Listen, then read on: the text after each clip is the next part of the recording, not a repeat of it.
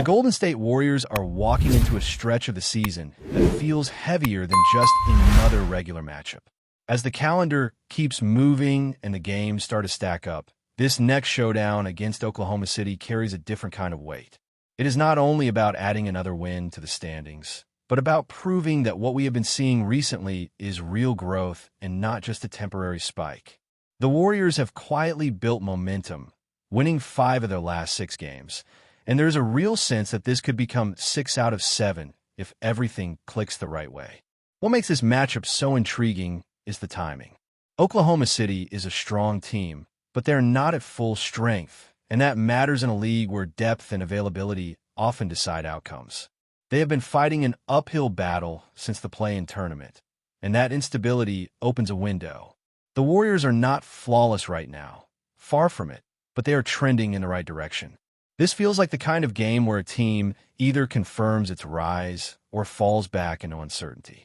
Let's be honest about where Golden State stands. They have played better basketball lately, but they still have not fully rediscovered their rhythm. There are stretches where the offense hums, the ball moves, and the defense locks in, and then there are moments where everything stalls. A win against Oklahoma City would not magically fix every issue, but it would send a message across the league. It would remind everyone that this group is still capable of stepping into that championship contender conversation, even if they are not there consistently yet. Teams around the league pay attention to moments like this. Earlier in the season, opponents were not worried when the Warriors made a push. Leads felt safe. Comebacks felt manageable. But if Golden State wins this game, especially on the road and against a competitive opponent, that perception starts to shift. Suddenly, teams start preparing differently. They start tightening rotations. They start feeling pressure when the Warriors make a run, because it signals that something has changed. There is also the psychological side of it.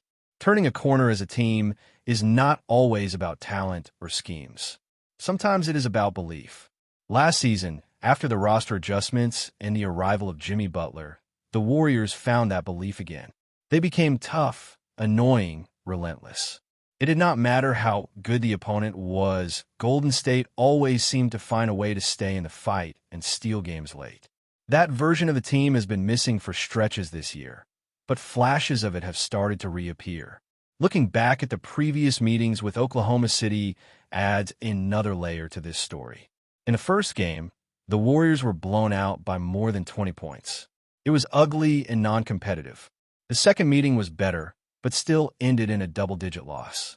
The gap has been closing, though, and that progression matters. If the Warriors do win this time, it would likely be by a narrow margin, maybe 2 or 3 points, but that would still be significant. It would show tangible improvement from one matchup to the next. On paper, the numbers are not kind to Golden State. The predictive models heavily favor Oklahoma City, giving the Warriors less than a 1 in 3 chance to win. But games are not played on spreadsheets. Context matters, and availability matters even more. Oklahoma City is missing several key pieces, and those absences change how they operate on both ends of the floor. One of the biggest factors is the absence of Isaiah Hartenstein. His physical presence in the paint is something that Oklahoma City relies on, especially against teams that like to attack the basket and crash the boards. Without him, the dynamic shifts. Chet Holmgren brings a different skill set. He stretches the floor, shoots from deep, and creates spacing, but he does not impose the same kind of physical dominance inside. That difference could play directly into Golden State's hands, especially in matchups involving Quinn Post, where size and strength can neutralize some of Holmgren's usual advantages. The Thunder are also missing other rotation players, which forces them to lean heavier on their remaining core. That can work for short stretches, but over the course of a full game, fatigue and limited flexibility start to show. The Warriors, meanwhile, have their own concerns. Draymond Green being out is not a small issue. His defensive communication, versatility, and edge are central to what Golden State does when they are at their best. At the same time, there's cautious optimism around the rest of the lineup. Stephen Curry, D'Anthony Melton, Tracy Jackson-Davis, and Al Horford are all listed as game-time decisions, but there is a strong expectation that they will suit up and play meaningful minutes. If that happens, the Warriors will have enough firepower and experience on the floor to compete, even without Draymond anchoring the defense. That absence also raises an uncomfortable but fascinating question. What if the Warriors play better without Draymond in this particular matchup? It is not something fans like to think about, given everything he has meant to this franchise, but basketball is ruthless that way.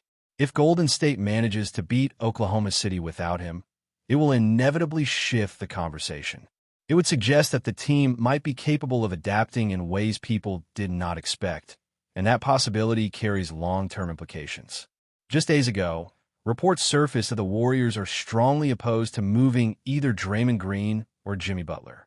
The resistance feels stronger when it comes to Butler, who has quickly become central to their competitive identity.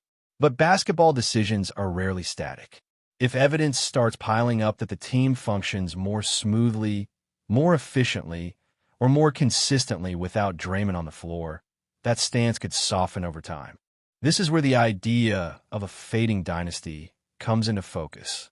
The Warriors are not the same unstoppable force they once were, but they're not done either. They're searching for one more real run, one more legitimate shot at the title. Sometimes that requires difficult decisions, even when they involve franchise icons. Building around Stephen Curry and Jimmy Butler for whatever remains of this window might demand sacrifices that would have been unthinkable just a few seasons ago. All of that pressure, all of that speculation, circles back to this game against Oklahoma City. Winning here would not solve everything, but it would create momentum. It would buy belief. It would tell the locker room and the rest of the league that Golden State is not just hanging around, but actively pushing back into relevance. And in a season where narratives shift quickly, one convincing performance can change how an entire stretch of basketball is viewed. As the conversation around this roster deepens, the focus naturally shifts beyond a single game and into the bigger picture of where this season is heading. The trade deadline is approaching faster than it feels, and once the new year turns, the margin for hesitation gets thinner. The Warriors are sitting in that uncomfortable space between stability and urgency, where doing nothing feels risky, but making the wrong move could close the window for good. Jonathan Kuminga becoming trade eligible adds another layer of complexity. His upside is undeniable, and on a different timeline, he might be untouchable. But timelines matter. Stephen Curry and Jimmy Butler are not playing for development years. They're playing for right now. Every front office decision has to be filtered through that reality, whether fans like it or not. Holding on to potential only makes sense if that potential aligns with the remaining prime of your best players. There's been a lot of discussion around the idea that the only truly seismic move involving Draymond Green would be one tied to a generational talent. The logic behind that thinking is simple. If you're going to break apart the core that defined an era, the return has to justify the emotional and basketball cost. That is why the name Giannis Antetokounmpo keeps surfacing, not because it is easy or even likely, but because it is one of the few scenarios that fundamentally shifts the equation. The broader league conversation around trading a player like Giannis is far from optimistic. Many believe that the price to acquire him is so steep that it actively harms the team making the deal. You're not just giving up one or two pieces, you're gutting depth, sacrificing multiple future drafts, and locking yourself into a specific path with very little flexibility. In theory, you would get a superstar. In practice, you might lose the balance that actually wins championships. Examples around the league reinforce that concern.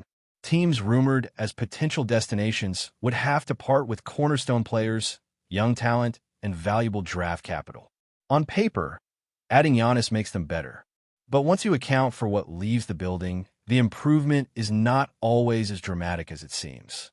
Sometimes the subtraction hurts more than the addition helps, especially in a league that is trending back toward depth and financial control.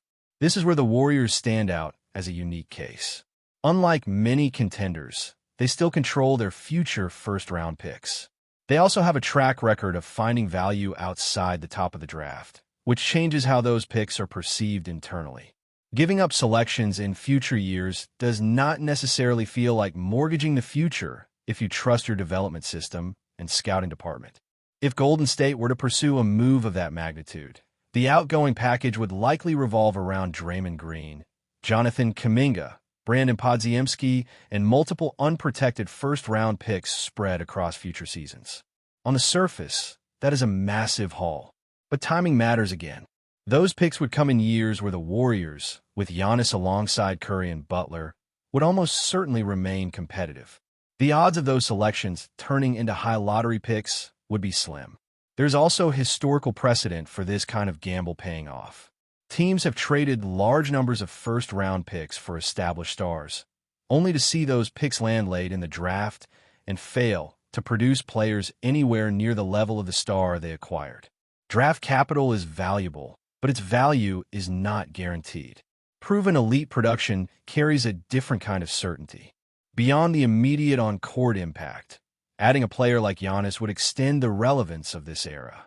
It could realistically add another year or two of championship contention, which is priceless when you consider how quickly windows close in this league.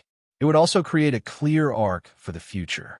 When that run eventually ends, the franchise could reset with clarity, rather than drifting through years of mediocrity. From the other side of the equation, Milwaukee faces its own harsh realities. Losing continues to change priorities. At a certain point, holding onto a superstar without control over future draft assets becomes unsustainable. Financial flexibility starts to matter just as much as talent. Expiring contracts, cap relief, and picks regain importance when a team needs to pivot and rebuild from the ground up. The modern league is shifting away from unchecked spending and oversized contracts. The era of automatic max deals and limitless payrolls is fading under stricter financial rules. Teams are learning that spreading money across depth often creates more consistent success than tying everything to one or two massive contracts.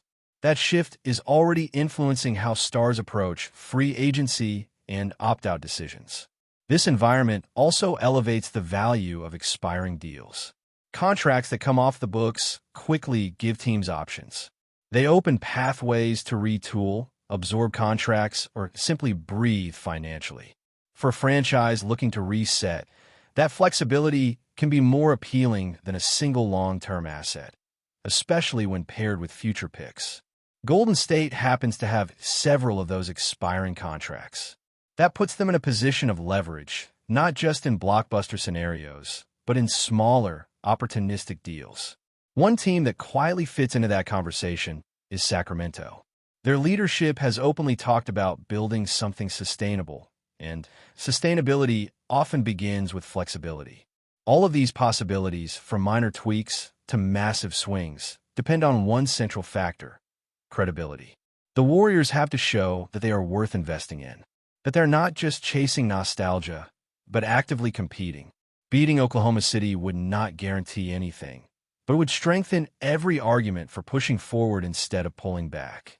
It would signal that this group still has teeth, and that alone can reshape how every conversation around this team unfolds. Before we continue, make sure to leave a like and subscribe to the channel so you won't miss any exclusive Dubs updates. Let's keep going. In what could be one of the most seismic shifts in NBA history, whispers are now turning into headlines. Giannis Antetokounmpo has reportedly given the green light to a potential move that could shake the very foundations of the league.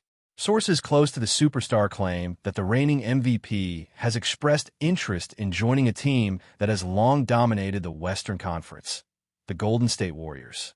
The mere idea of Giannis pairing with Stephen Curry, Klay Thompson, and Draymond Green has sent shockwaves through basketball circles.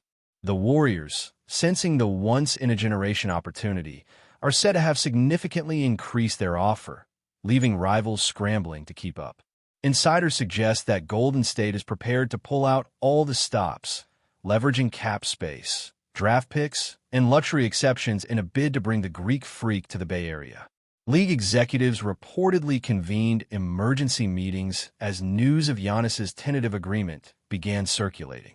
The implications are enormous. Not only would this reshape the balance of power in the West, but could also redefine what team building looks like in the NBA era.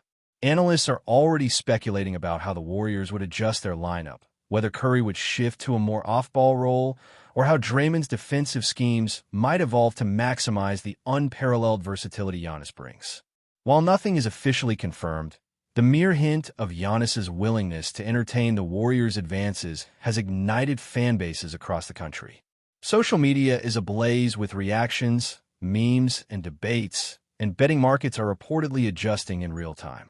Other franchises are now reportedly scrambling to make counteroffers, but insiders say that the momentum is clearly leaning toward Golden State. Could this be the beginning of the ultimate super team era? Only time will tell, but if the rumors hold, the NBA as we know it might be entering an entirely new chapter.